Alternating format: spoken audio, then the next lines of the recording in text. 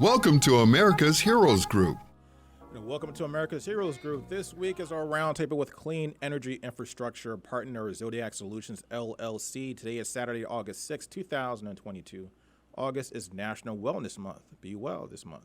Our host is Cliff Kelley. Heard him during the intro. My name is Sean Claiborne. I'm the co-host. Our executive producer is Glenda Smith, and our digital media producer is Ivan Ortega of Scouts Honor Productions. We have our partner on the line, Mr. Rob Howard, and Mr. Rod Matthew. Rod Howard is a U.S. Navy veteran and president and CEO of Zodiac Solutions, LLC. And Rod Matthew, he's a U.S. Navy veteran and owner of Brevian Energy, specializing in microgrid technologies and renewable energy. If we want to talk about something that happened recently, Chuck Schumer and Joe Manchin, two of our distinguished congressmen, have drafted a climate change bill and how it will help local cities and states develop clean energy infrastructure. We want to talk about that and find out how veterans in particular, but people around the world, around the country, can benefit from making this world a little bit more efficient with how we use energy. How you guys doing today? Good. So tell us about, first of all, give us some information about what's in this bill, first of all. I know there's a lot of stuff going on with this bill. And then also maybe walk us through, if you have any information about how there was a lot of back and forth about this bill. We talked about on one of our earlier shows, we mentioned about the Build Back Better plan and some of the infrastructure and microgrid technology and some of the investment inside of clean energy. And then some of that didn't quite get through. And then now we have this new bill that's out here. Right. I would say just from the beginning, for those who don't know, when you're talking about huge pieces of legislation, there's a lot of what they call sausage making. So I don't want us to get ahead of ourselves, but this bill does look like it's ready to cross the finish line because they have enough votes. Senator Sinema from Arizona has signed on. I won't get into the weeds on that, but there were some other things that she wanted. But a lot of it is there's a few key categories that they talked about. One, they're talking about lowering the energy costs for Americans. They're talking about energy security. We want to increase that, and then talking about decarbonization. But what I've been going through certain sections of it, and the parts that jump out to me, there's one key factor right away, is that it's important for veterans and veteran-owned businesses and then communities. You must be connected with your local government, your state government, even at the county level, because a number of these, the overwhelming majority of these funds flow through one of those governmental entities. So that's important to look at. And the other one is knowing with those connections, having ideas of what you want to see happen. For example, if you're in an area and there's a factory or a warehouse that's using diesel engine trucks coming in and out, you may want to look at how there's funding from the EPA on how to reduce those diesel emissions. But there's also in a section, and I'm flipping through paper now because this thing it's interesting. Low emission electricity program in section 60107 for those folks who are into the numbers. They have a huge amount of funding that would be associated with education programs, which allows your local nonprofits to get engaged. You can focus on weatherization of apartment buildings, but at the same time, now you've got money for to look at those. I have a large apartment building. I may want to come up with a microgrid for the apartment building and things like that. And I'll stop there because I could go on and on about this. But the biggest thing is the climate pieces, including how we treat our forests to try to work on forest fires. They've got a lot of that in there. Wow. So this is a $370 billion bill as it stands right now.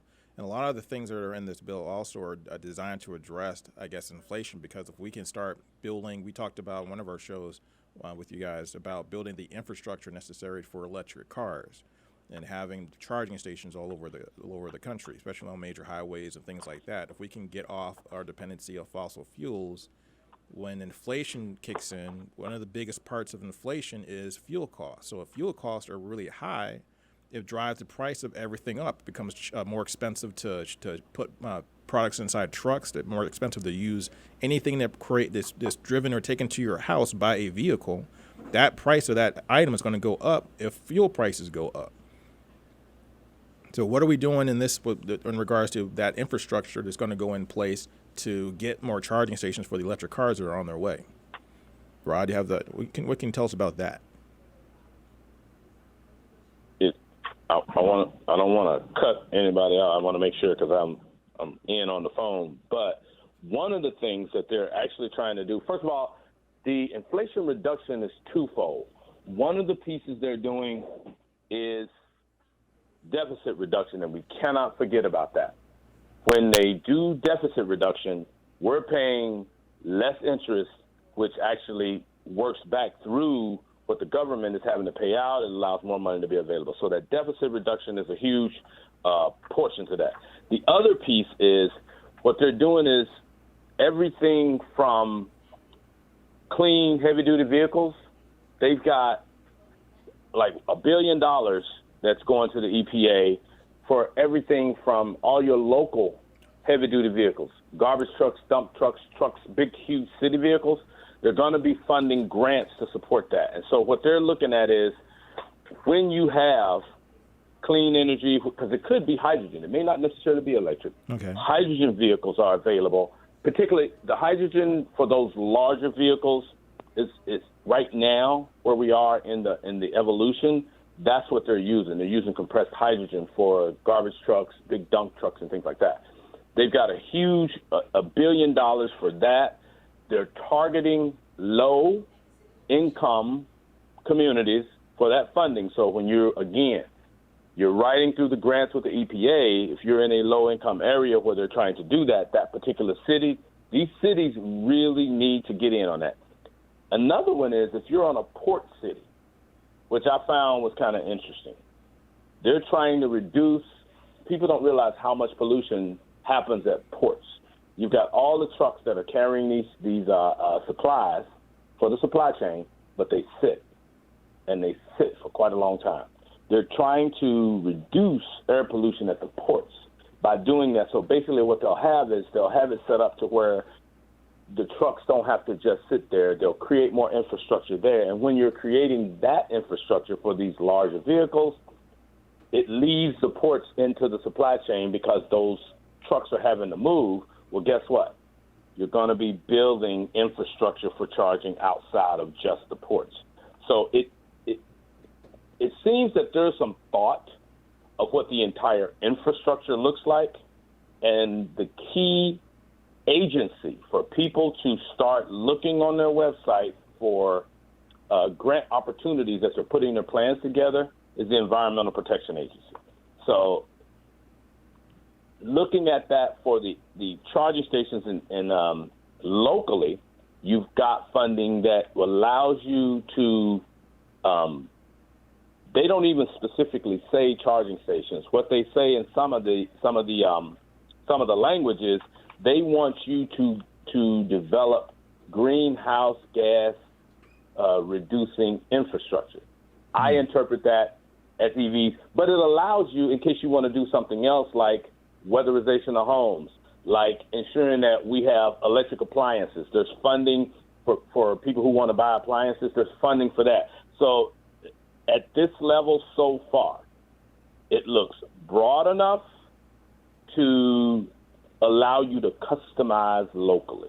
And that's the thing I like, is that because, each community is going to be different. Mm-hmm. Some communities may want to put in some solar, but other communities may actually want to use wind technology. Yeah, and then, integrating in the battery storage. So right now, I would just say we need to start digging in. Like I said, I've got 40 pages in front of me right now going through it. I'm watching as they move through with the votes, because if anything changes, that's going to change what actually comes out of the bill. So there's a lot of incentives, grants and loans and tax incentives, what I understand in this bill. So if people want to do things to their home to make it more energy efficient, or if they invest in some of this technology as small business owners, they can get money back. Is that correct? Yes, and what's interesting about it is, let's say you have a manufacturing plant. Mm-hmm. You've got multiple opportunities because you can get in on the infrastructure piece, you can get on the greenhouse gas reduction piece.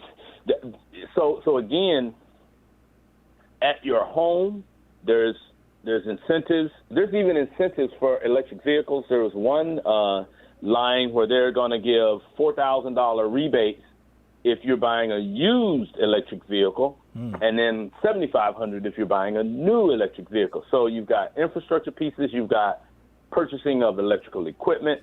So we're going to need, honestly, I tell you, I'm hoping that people really take this infrastructure piece seriously, and there are carve-outs for low-income communities. And so communities that are typically left behind, I'm going through this, and on several occasions, they will put out $2 billion to work on that part of the infrastructure, but 50% of it has to go to low-income communities. Now, that's not all urban. Remember, a lot of low-income communities will be rural, and so as you're looking at those small towns, so I think there's something in it for everyone. You just got to go. You got to go digging. You know how people mine crypto, or you need to do some mining through this bill to figure out what works best. My suggestion to people is figure out what it is you're trying to do, then look at what's available to do it. Talk to your cities, talk to your counties, talk to your nonprofits that are trying to do environmental justice in your community, because what happens is this stuff gets forgotten about, but we got to get in front of it. And I don't know if you can tell, but I am really excited about it. It sounds really exciting because there's a lot of stuff, like I said, that can really improve quality of life for people around the country. And then this is something that we need to really get on top of, because there's a lot of business opportunities and savings for people that are wanting to do things to make their energy costs lower. Have a car that that doesn't take $6-7 a gallon gas. Right now, we're seeing all these high fuel prices right now across the country. I think a lot of people are starting to think about and reconsider whether or not they want that electric car. Maybe they want to invest for that power charging station in their garage, so they don't have to pay these expensive. You're paying $500-600 a month in gas. That's another car note. It is amazing. I talked to a gentleman who works at one of the community choice energy groups. He has an electric vehicle, and now he is out charging at different charging stations. He drives 4 to 5 times as many miles as his wife, who has, a moderate, it's not a gas guzzler, but he drives 5 times as many miles, and she pays 5 times as much to refuel the vehicle. Wow. That's the difference we're talking about. And it's also important for people to recognize one other item that kind of jumped out at me. Some of these are time sensitive. So they've given you till about the fiscal year of 2024, which is in September 30th, 2024, to actually put in for these grants. So it's not like it's a rush, but remember, there's only so much funding. So put your plans together, start looking at what you want to do as a community, but also what you want to do as an individual. If you've been thinking about it, now's the time to really give it a hard look. If you're worried about the heavy investment for a brand new vehicle, then get a used EV, electric vehicle. Yeah, $4,000 tax credit sounds good. With a used $4,000 tax credit for a used EV? For a used EV. Now, that's the federal money inside of this bill once it passes. Check with your states, because some of them, like in California, they're trying to come up with basically matching funds for that. I mean, it's up to us. It's up to us to really dig in and figure out how this is going to work. So what was the holdup? It seemed like something like this was long overdue. Well, why didn't it come out sooner? And we're saying right now we think it's going to pass. Looks like it's got a lot of bipartisan support in Congress. What's the likelihood of this passing? But what took so long?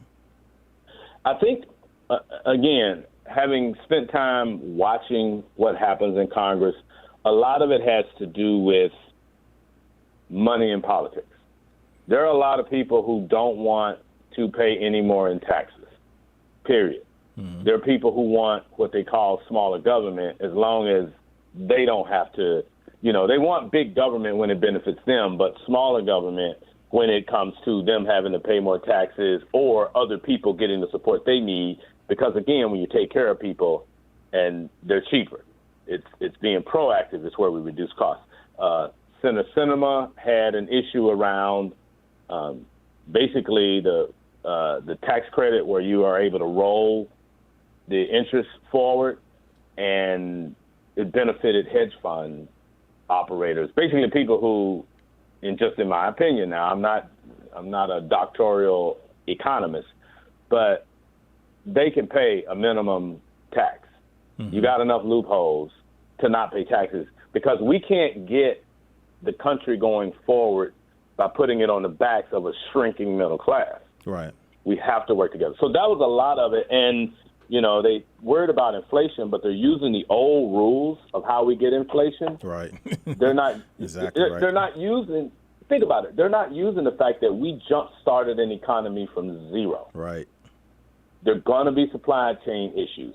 But you take this bill, overlay it over the CHIPS Act, I would suggest communities to start looking at, hey, can we get a chip building factory? Because those jobs, those are prevailing wage jobs because you have to know how to dress out in the clean room. You're going to learn more about the technology. So I think, but like I said, the holdup, a lot of it had to do with money and politics, and people with money were pushing to get what they want. Yeah, and it seems to make a lot of sense, especially for national security, because if we become more efficient, particularly with building chips in this country, and less reliant on foreign fossil fuels coming from the Middle East, where we're fighting the last 20 years, we've been fighting wars in the Middle East. Why? Because of oil over there. And all the other conflict zones and hot zones around the country, a lot of that, even in Ukraine. We can go to Ukraine and look at that, what's going on there with natural gas. And now Germany and these countries trying to figure out what they're going to do for the winter. If we can get more smart and get smarter about this stuff and really take this stuff seriously, like you mentioned, people need to take the time and do some research and find out what's in these things and programs you can take advantage of for yourself, so you can save money for your household. And on you nailed it, because we seem to only want to do this when there's a crisis. Well, we've had our crisis, so let's get busy, because in this bill, there's 9, because I'm going to run off a couple of things for people to look at. For the individual, $9 billion for consumer home energy rebates. So making energy efficient appliances, there's $9 billion in there. 10 years of tax credits for home efficiency projects. And then when you start talking about the whole energy sector, you just talked about those building clean technology manufacturing, not just chips. But what if we're manufacturing our own solar panels and batteries? There's $10 billion with a B, $10 billion investment tax credits for clean technology manufacturing facilities. So, I think the opportunities are there. What we have to do is dig in, because we have to connect with those entities that the money is going to flow through, put our plans together, because this is not going to be 100% of what you need to get these things done, but it can help get you over the hump. Mm-hmm. So it's time. It is absolutely time. So we got 1 minute left. So just tell us, what is there one thing that you wish was in the bill that's not in it right now? About 30 seconds.